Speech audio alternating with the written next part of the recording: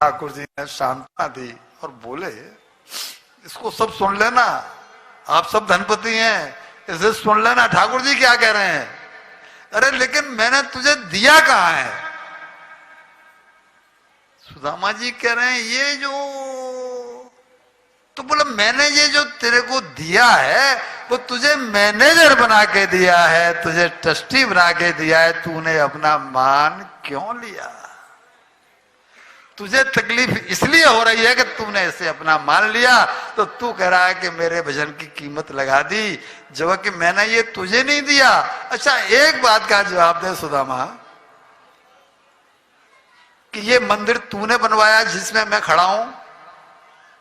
नहीं। लेकिन मैं यहां पर हूं कि नहीं? मेरा विग्रह यहां पर है कि नहीं है? बोला हाँ है। तो फिर ये मंदिर किसका हुआ? मेरा। तो जिस महल में हुआ वो किसका हुआ? मेरा। तो फिर तेरा क्या है रे?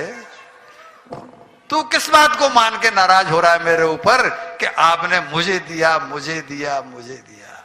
मैंने तुझे नहीं दिया। हम सब यही मान के बैठे हैं कि मुझे दिया, मुझे दिया, मेरा है, मेरा। ठाकुर जी कह रहे हैं कि तू इसका भोग लगा एक ट्रस्टी की तरह से। मैंने तुझे पुजारी बनाया है, ये मंदिर मेरा है, तुझे पुजारी नियुक्त किया है। तू भी प्रसाद पा और गरीबों में, मुजलमों में बांट, खूब खर्च कर। भाभी रोजाना उद्यापन करें, ये सब तेरा नहीं है लेकिन मेरा मान के तुम खर्च करो। सुदामा जी की आंखें खुल गई कि ये मेरे दिमाग में बात क्यों नहीं आई। हमको मिलता है तो हम अपना,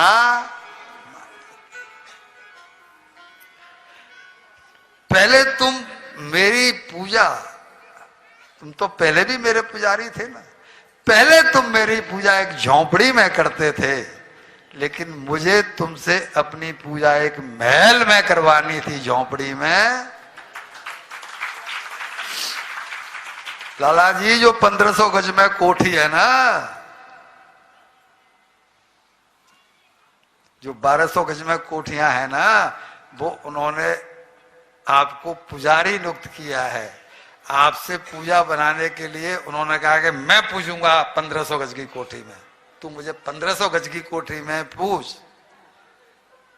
जिसके ऊपर उनकी वक्र दृष्टि पड़ गई है उसको झोंपड़ी भी नहीं मिली है। अपने आप को अपनी पीठ थपथपा लो कि ठाकुर की हमारे ऊपर कृपा है। यहां से कुछ सूत्र हैं, कुछ युक्तियां हैं। ठाकुर जी कह रहे तूने माना काहे को?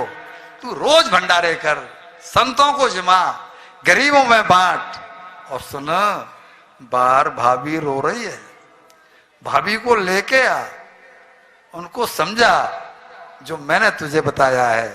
सुदामा जी अब प्रसन्न हो गए कि मैं कहां भूल गया, मुझे तो पूजा के लिए रखा गया है, मैं तो पहले झोंपड़े में करता था, अब यहां करूंगा, मैं तो पूजा ही करूंगा।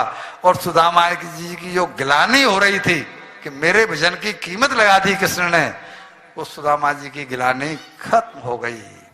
और ठाकुर जी बोले कि अब मैं निकलता हूं, ये तेरा नहीं है, ये सारा मेरा है, तू केवल पुजारी है और अंतर्धान।